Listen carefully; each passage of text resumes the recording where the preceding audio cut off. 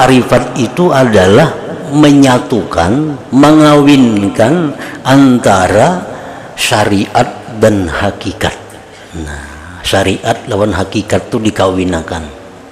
Siapa nama mengawinakan hakikat lawan syariat itu? Nama mengawinakan siapa? Nama mengawinakan itu iya tarikat ngarannya.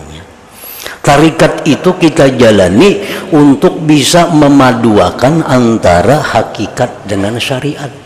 Bila hakikat syariat ini padu satu, kita kada mau lagi lalai kepada Allah. Kada mau lagi lupa lawan Tuhan.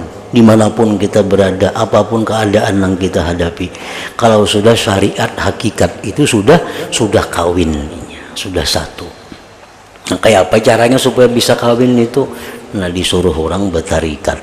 Nah, tarikat itu artinya jalan untuk menuju perkawinan antara syariat dan hakikat.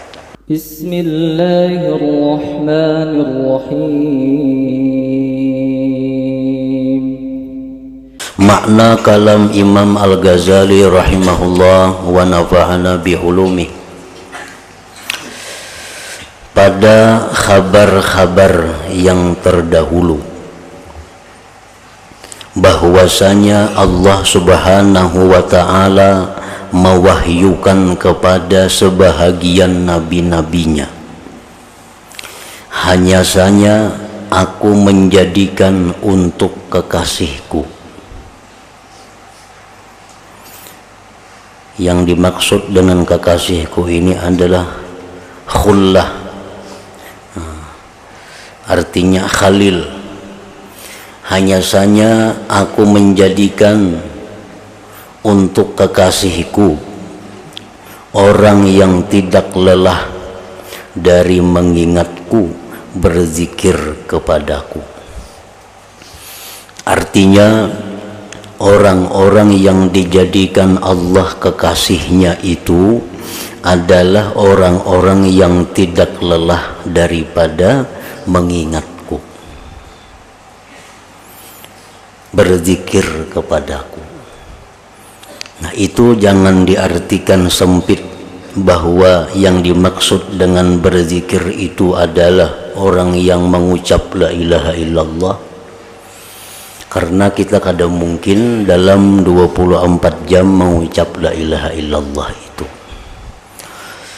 Bukan diartikan dengan zikir itu orang-orang yang mengucap istighfar, salawat, atau Allah Allah atau hu. Karena manusia manapun kada akan bisa selama 24 jam hanya itu yang diucapnya, hanya itu yang diingatnya. Tetapi pengertian zikir di sini adalah secara luas, bahwa apabila kita melihat segala sesuatu, apapun sesuatu itu, kita lihat sesuatu itu tidak terlepas daripada Allah Subhanahu wa ta'ala, maka itu adalah termasuk daripada zikir kepada Allah.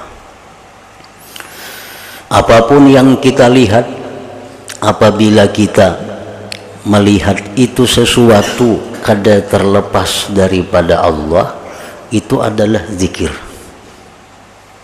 Dan ini bisa mungkin kita lakukan terus menerus, baik dalam keadaan berdiri, berjalan, berduduk, berbaring, bergaul, berdagang.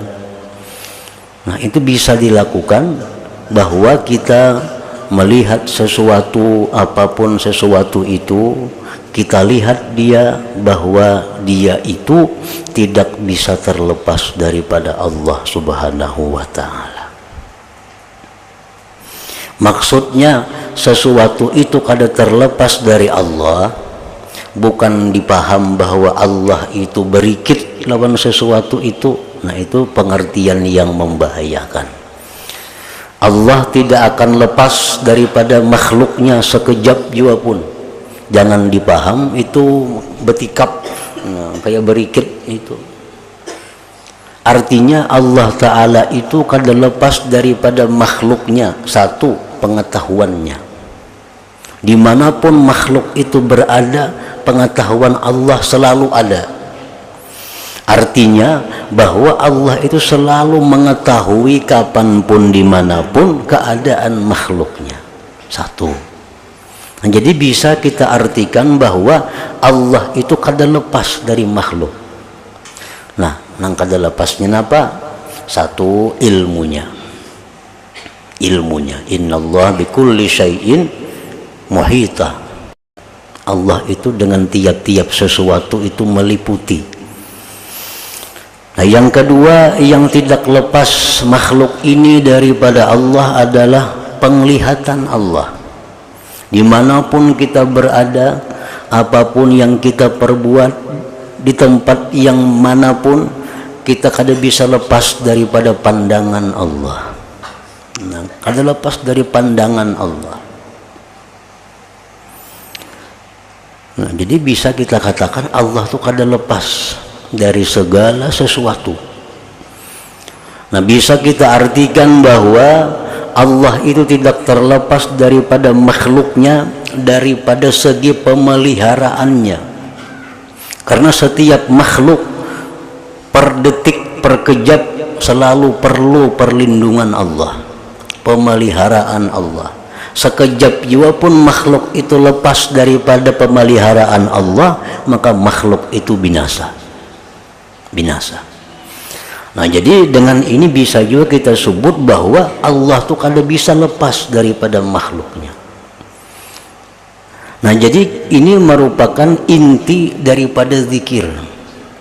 Kita berzikir la ilaha illallah, la ilaha illallah berapa kali sehari? Ada yang 1000 mungkin, ada yang 2000, siang malam 1000, ada yang siang 5 malam 5. Nah, itu sebenarnya adalah latihan untuk membiasakan hati agar selalu ingat kepada Allah.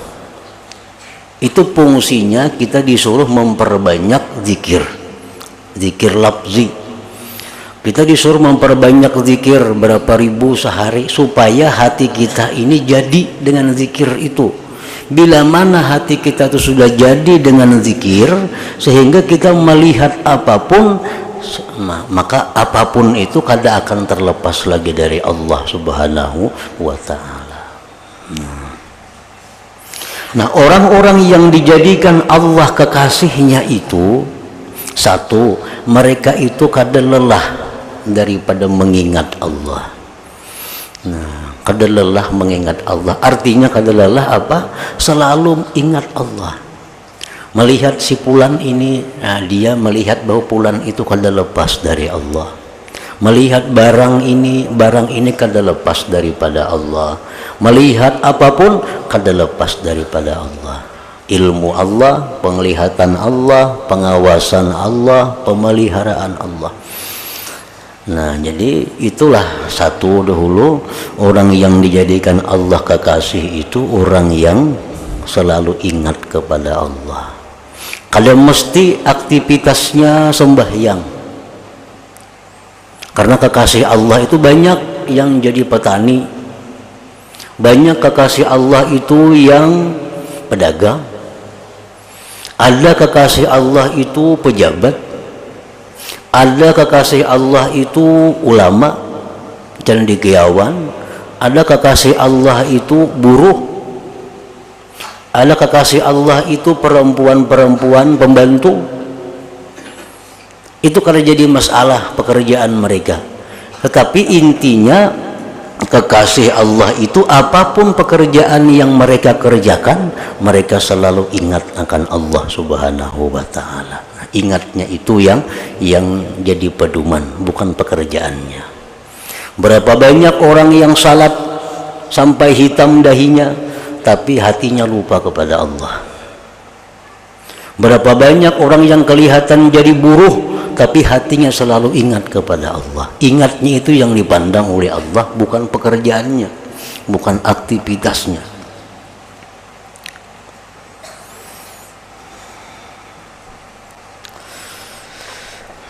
Satu itu, kekasih Allah itu tidak lelah dari mengingatku, ujar Tuhan, berzikir kepadaku. Jadi jangan aneh Jangan heran kalau melihat kekasih Allah itu mereka kada terlihat berzikir lisan.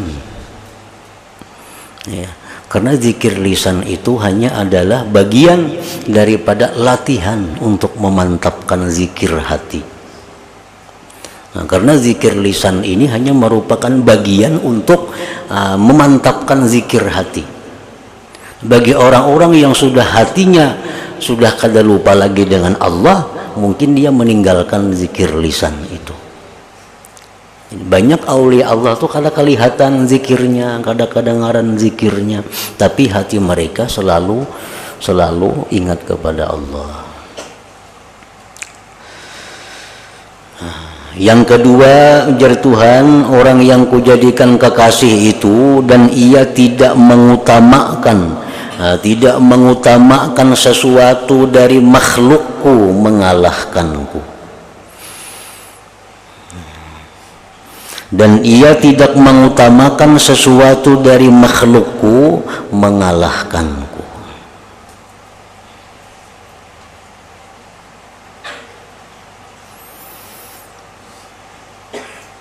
Nah, di sini artinya bahwa kekasih Allah itu dia melihat bahwa makhluk itu ia makhluk, tetapi pandangan mereka makhluk itu kada berdaya apa-apa kalau tidak ada berdirinya Allah pada makhluk itu. Nah, itu maksudnya. Sesibuk apapun mereka mengurus makhluk, harta, benda, manusia, makhluk, sesibuk apapun urusan mereka dengan makhluk, kada melalaikan zikir mereka kepada Allah. Kada melalaikan. Kenapa? Karena mereka sudah mantap hatinya, apa yang mereka lihat itu kada terpisah dari Allah. Jadi kada kawalalai dengan Allah itu. Apapun yang diurusnya, apapun kesibukannya, kada mengganggu zikirnya, karena ia sudah melihat sesuatu apapun kada bisa lepas dari Allah. Nah, dan ia tidak mengutamakan sesuatu dari makhlukku mengalahkanku. Nah, jadi itu sudah berbicara kepada bagian ma'rifatullah ngarannya. Orang yang ma'rifat kepada Allah tadi ada dua jalan mereka. Satu, mereka itu ada yang melihat sesuatu kada terlepas dari Allah. Yang dia melihat Allah itu ada pada segala sesuatu. Nah, itu kehidupan orang-orang kekasih Allah. Kada lepas dari itu. Kadang-kadang mereka melihat sesuatu kada lepas dari Allah. Kadang-kadang mereka melihat Allah qiyam, ada pada tiap sesuatu. Nah, itu ma'rifat. Itu orang yang ma'rifat. Artinya ma'rifat itu adalah menyatukan, mengawinkan antara syariat dan hakikat. Nah, syariat lawan hakikat itu dikawinakan. Siapa nama mengawinakan hakikat lawan syariat itu? Nama mengawinakan siapa? Nama mengawinakan itu ia tarikat ngarannya. Tarikat itu kita jalani untuk bisa memaduakan antara hakikat dengan syariat. Bila hakikat syariat ini padu satu, kita kada mau lagi lalai kepada Allah. Kada mau lagi lupa lawan Tuhan. Dimanapun kita berada, apapun keadaan yang kita hadapi, kalau sudah syariat hakikat itu sudah kawin, sudah satu. Nah, kayak apa caranya supaya bisa kawin itu? Nah, disuruh orang bertarikat. Nah, tarikat itu artinya jalan untuk menuju perkawinan antara syariat dan hakikat. Kalau orang bersyariat saja, ini kali ingat lawan Allah, melihat bulan-bulan, melihat ini mutlak sampai di situ. Itu orang bersyariat saja. Kalau orang berhakikat saja, ini kali ingat lagi lawan sesuatu samuan dilihatnya Allah. kada kawajuan itu. Nah, jadi yang paling sempurna itu adalah syariat itu dikawinkan dengan hakikat. Nah, itu ngarannya adalah ma'rifatullah. Nah, jadi melihat sesuatu, ya sesuatu juga, melihat orang-orang juga, tapi orang itu kada lepas dari Allah. Nah, itu ngarannya sudah kawin syariat lawan hakikat. Kalau melihat orang itu, ingat orang itu aja, ngarannya syariat. Kalau inya melihat orang, kada lagi melihat orang, melihat Allah semata, ngarannya hakikat saja itu. Nah, jadi yang disuruh tuh kita melihat orang-orang, tapi orang tuh kada bisa lepas dari Allah. Nah, bila kita macam itu, kawa kita 24 jam zikir kepada Allah.